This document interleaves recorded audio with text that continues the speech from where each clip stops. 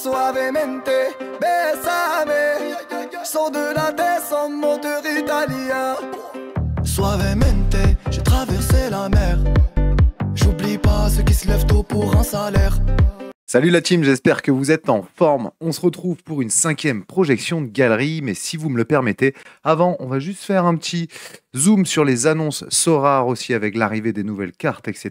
Je vais pas passer longtemps, je vais plutôt vous rediriger vers une vidéo qu'a fait mon ami Val sur YouTube, sur lequel il explique pendant 5 minutes justement ces différents changements, mais regardons quand même les grandes lignes en 1 minute maximum avant de se projeter sur une galerie à 250 € environ. J'ai été sollicité par un YouTuber justement, je vous mettrai aussi son compte parce qu'il s'est lancé sur YouTube, donc il faut lui donner de la force, mais il m'a sollicité pour que je lui donne mon avis et je me suis pris au jeu, comme toujours, ça a été hyper intéressant, je me suis rendu compte l'importance du scouting pour ce type de galerie. On va essayer de lui proposer en tout cas une structure de galerie qui, j'espère, va le satisfaire. Cet ami du FC Lorient, en tant que breton, j'étais obligé de me pencher dessus. Allez, on attaque.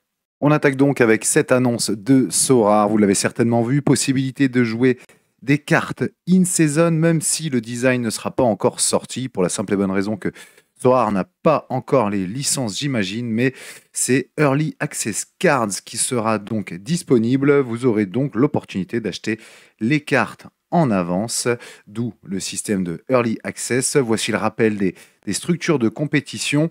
Et puis, ça on le sait aussi, hein, mais on le bosse déjà sur les projections de galerie. Une spécifique Première Ligue, une spécifique Liga, une spécifique Bundesliga. Attention, la All-Star est supprimée aussi. Elle ne sera disponible que partiellement en weekly selon les souhaits de Sorare. La mise à jour aussi pour la U23 où il y aura 3 équipes bien entendu. Et évidemment, et on le verra avec un autre manager, je suis en train de préparer sa galerie, il m'a dit « Moi je veux de l'essence parce que ça me permettra de récupérer des cartes in-season. » Ça intéressant aussi, vous avez certainement vu. Je ne sais pas si vous avez récupéré pas mal d'essence. Moi j'ai dû gratter 3-4 joueurs déjà en faisant de l'essence, dont un Youssouf Fofana en T5. Donc je suis très content aussi de ce système-là. Pour l'Euro, c'était avantageux.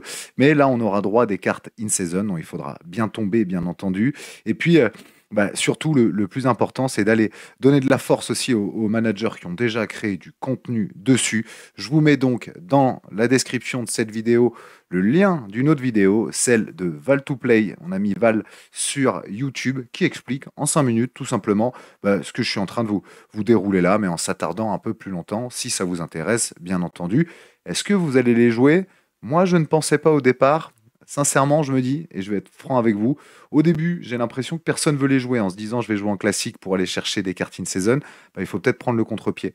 Parce que justement, au fur et à mesure, je pense qu'il y aura plus de managers qui vont jouer les in-season, alors qu'au départ, il y a ceux qui auront investi qui vont récupérer quelques récompenses, un peu de cash, etc. Donc je pense que la fenêtre de rentabilité, elle sera surtout au départ et peut-être un peu plus compliquée au fur et à mesure que la saison avance. Donc je suis en train de réfléchir comment je vais pouvoir dégager du cash pour aller peut-être sur ce marché des in-season.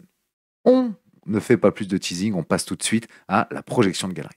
Voici la galerie de Adrien, le fait FC du coup sur Sorare, et j'en profite tout de suite pour vous montrer aussi son YouTube, c'est ici, celui-là, le Lorientais, tiré du milieu X7V, allez lui donner de la force, je me suis abonné aussi, il fait quelques vidéos sur ce qui lui plaît, notamment Enzo le fait, bien entendu aussi sur sa dernière vidéo, mais sinon il parle un peu de Sorare. Voilà, toujours important, bien sûr, de donner de la force. J'ai commencé aussi il y a bientôt 1 an, tout juste avec très peu d'abonnés aussi, je sais ce que c'est, donc donnez de la force si vous pouvez.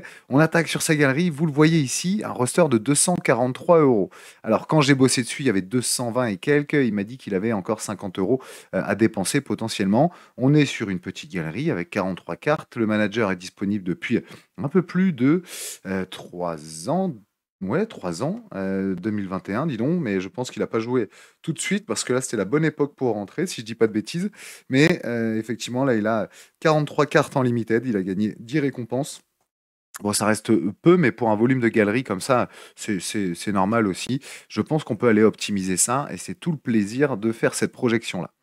J'ai donc bossé sur son fichier, vous le voyez ici, 227 € quand il m'a sollicité, 42 cartes, Ce qui fait une moyenne par carte pour une petite galerie comme ça de 5,40 €. Je trouve ça bien. En plus, il fait la collection du FC Lorient, donc on a des cartes aussi qui viennent baisser cette moyenne. Donc il est entre 5 et 6 euros. Déjà, la galerie est plutôt bien construite là-dessus. En tout cas, il a une moyenne par carte très correcte. Championnat suivi, la L1, la Ligue 2, spécifiquement le FC Lorient, du coup, qui suit aussi assidûment. Championnat privilégié, plutôt il aimerait bien jouer en Champ Europe aussi, et en U23, bien entendu, c'est ce que je mets là. Et puis minimum 4 équipes, il avait 49 € de côté, comme je vous l'ai dit.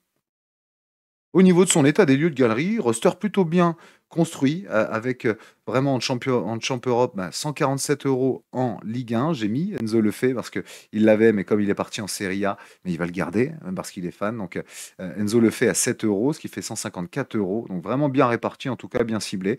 En contender, il joue la Ligue 2, bien entendu, avec 56 €. Et puis on a commencé à échanger, lui et moi. J'ai vu qu'il avait quelques cartes. Il a acheté en tout cas Lamens, le gardien d'Antwerp. Si départ de Butez, ça sera certainement le titulaire. On va revenir dessus, ça peut être intéressant. Il a Auchiche aussi, qui est parti en Championship, si je dis pas de bêtises, mais qui peut potentiellement jouer la U23. Donc je conseille de le garder. Et joueurs hors roster, par contre, il a Reina, Boigard et Prioto, mais c'est des joueurs qui ne valent quasiment rien. S'il en tire 1 € pour les trois, c'est déjà pas mal. Donc je lui conseillerais de les vendre quand même pour dégager un peu d'argent et aller chercher peut-être un joueur si on se coûte bien. Au niveau de la feuille de route, donc vous voyez, pour 273 €, du coup, j'ai inclus les 50 €, j'arrive à aller lui chercher 6 équipes. 6 équipes et je vais vous expliquer comment j'ai fonctionné. J'ai vraiment été épluché, bien entendu, tout son roster, d'accord? J'ai refait un peu le même système que j'avais fait pour le manager précédent parce qu'on est sur une petite galerie. Et donc là, il peut venir trier tout simplement. Je vais lui proposer le fichier. Tout simplement, ici, les joueurs que moi, j'estime qui sont à vendre. Donc, Sofiane Diop, Mpassi, Prieto, Boigard, à moins qu'ils veulent le garder pour la collecte. Si ça lui fait un pourcentage en plus, il faudra regarder. Manolo Reina et Sébastien Corchia. Moi, c'est des joueurs que je vends et du coup pour aller construire un roster qui est ici, j'ai vraiment détaillé tout le roster. Vous voyez, et en rouge, c'est les joueurs que je lui propose. C'est là où on va kiffer dans cette vidéo, c'est d'aller chercher des petits joueurs qui remplissent du coup ces rosters. Et ce que j'ai essayé de faire, c'est à chaque coup.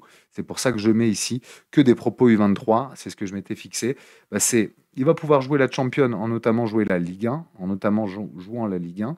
Et sauf que à chaque coup, je prends des U23 pour que ça puisse rentrer dans son pool U23, ce qui lui permettra d'avoir un choix très très fort au niveau des U23. Il va pouvoir kiffer du coup. Et puis potentiellement, les joueurs qui n'alignent pas, il pourra les mettre du coup en champion. Ça me plaît beaucoup. J'ai fait également le même exercice pour la Ligue 2, comme on voit ici. Donc on va aller détailler les quelques joueurs que je lui propose. Tout ce qui est en noir, c'est des joueurs qu'il a déjà. Je trouve qu'il a en tout cas une équipe assez solide pour 100 € avec Boulka, Hakimi, Caio Henrique, Okumu, Cacré, Lefebvre, du coup, qui rentre en Champions, parce qu'en Serie A, Siro, Terrier, Mofi, Benrama. Grosse équipe déjà de Ligue 1. J'ai volontairement mis 3 joueurs au départ dans sa première équipe, puis 2 ensuite, ce qui lui permettra bien sûr de choisir selon les match-ups, etc. Je suis allé ensuite regarder qui il avait dans sa galerie. Il a Mandanda, ça lui fait un gardien pas cher, à 8 € Mandanda. Niakite Mbemba aussi, en tout cas pour 5 €. Et puis, il a Ferrat. Alors Ferrat, est-ce que ça va jouer? Pas sûr. Je lui conseille donc Habib Diarra. 3,71 € U23 pendant quelques années encore. J'aime beaucoup, moi, le profil de ce joueur. Alors, ça fait quand même un peu de scoring, hein, notamment quand ça marque, etc. Mais ça fait surtout un peu de A. Je trouve que ça peut être un joueur qui a encore la marge de progression et qui peut peut-être éclore dans le cœur du jeu, bien entendu, avec Strasbourg, s'il reste, bien entendu, à Strasbourg. Mais vu son jeune âge, il aurait tout intérêt. Et devant, il a Tamari, et moi je viens compléter avec Emega, ce qui lui permettrait d'aligner un stack potentiellement offensif avec Diarra, Emega, si ça joue. Et Emega, c'était sa première saison aussi, hein, en Ligue 1 l'année dernière. Il découvrait, il est encore U27 pendant quelques années aussi. Son prix n'est pas forcément hyper élevé. Donc après, il faut qu'il aille choper aussi. Là, je vois qu'il n'y a pas de carte listée. Donc il va falloir aller choper une carte d'Emega, peut-être chez un trader. On regardera aussi après. Mais je pense que ça peut être un bon pick si ça reste en tout cas à Strasbourg. Et c'est encore une marge de progression. C'est très jeune. Et ça a mis quelques buts quand même l'année dernière, Emega. Donc voilà, je le conseille en complément. Comme il a Mvogo et qu'on ne sait pas où va partir Mvogo, pour l'instant, je le garde. Je le garde parce que ça peut très bien partir dans un club de champion aussi, au niveau de Yvon Mvogo, le gardien lorientais. Parce que quand vous regardez, hein, ça parle de lui du côté du FC Nantes aussi, potentiellement.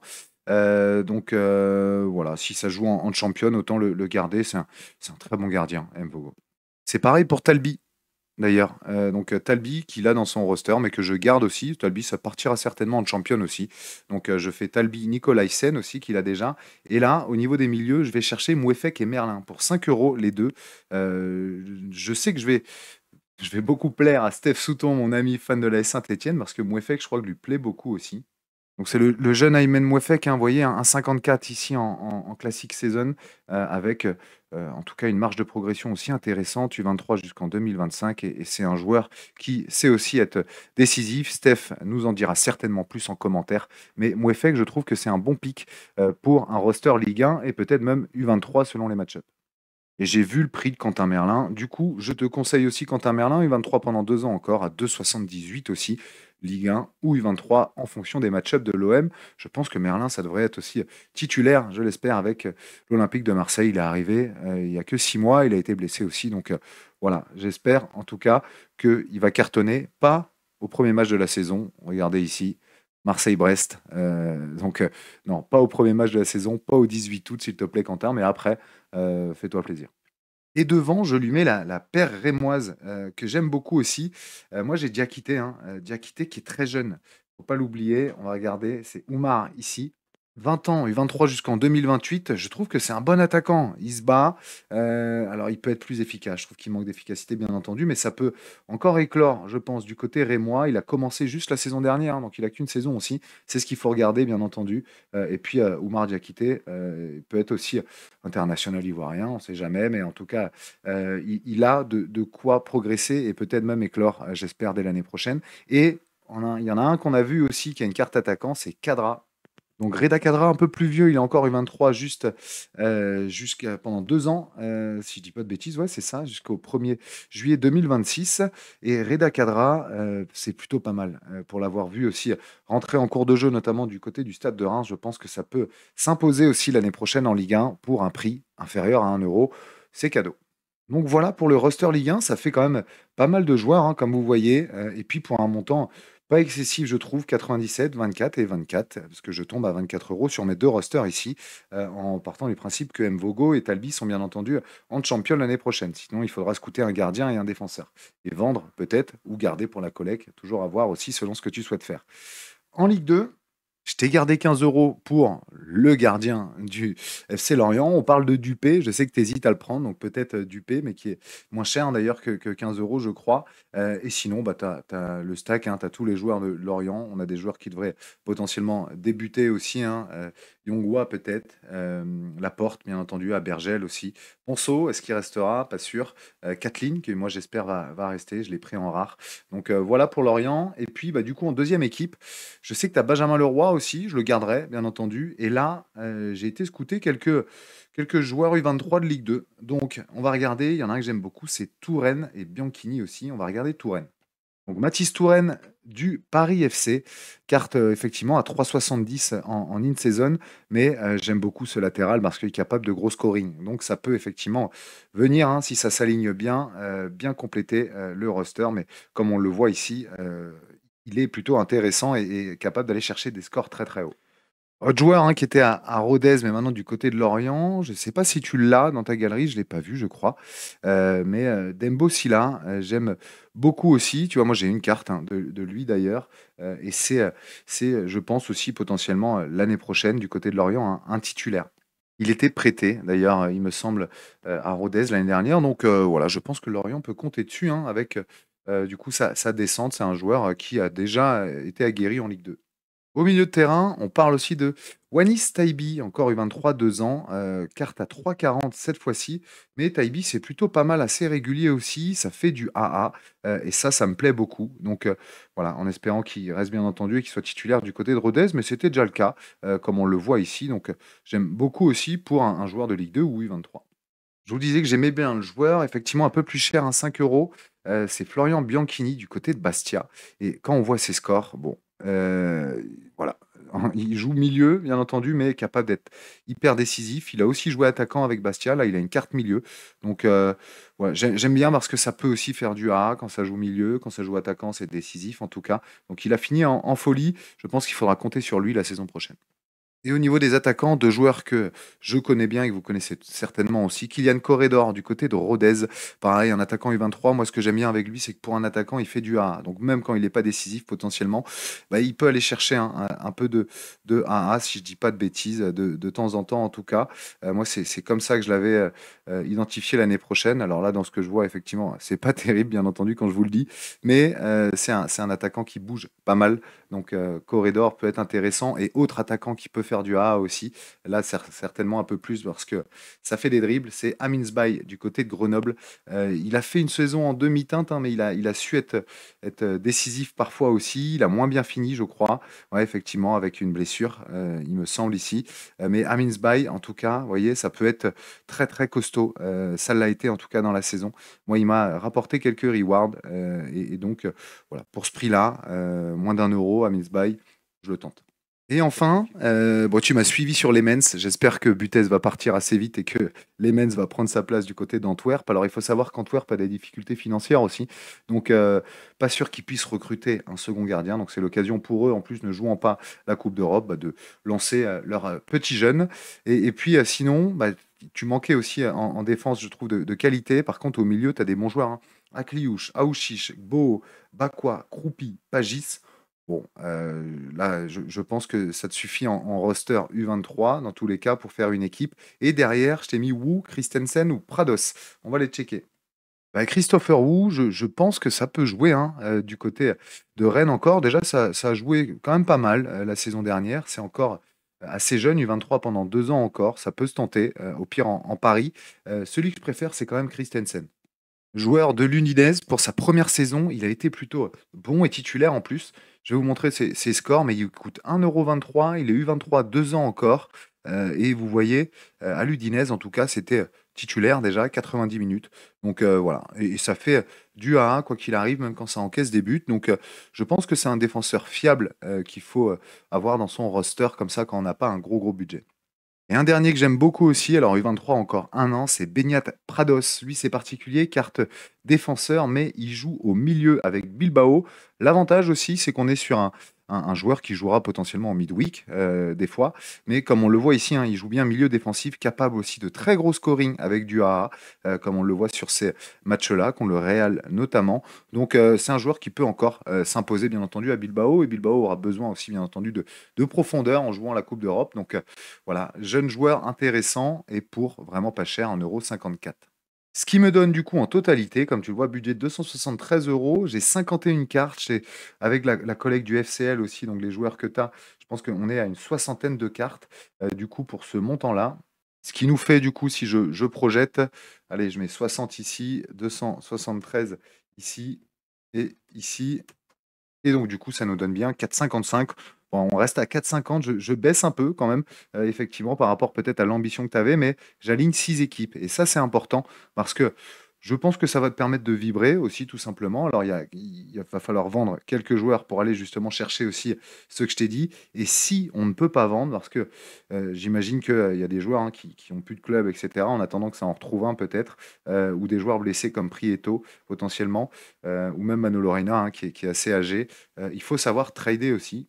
Donc, tu vois, je te prends l'exemple, hein, chez Pavel, il y a des Kylian Corredor. Tu pourrais très bien, du coup, essayer de baisser son prix d'1 € en ajoutant les 3 cartes, par exemple, à Pavel. Donc, tu ajoutes tes cartes ici et puis tu proposes, pour l'instant, à Pavel, ce qu'il faut lui faire, hein, tu lui proposes 0,1, tu ajoutes tes 3 cartes et tu verras ce qu'il te propose.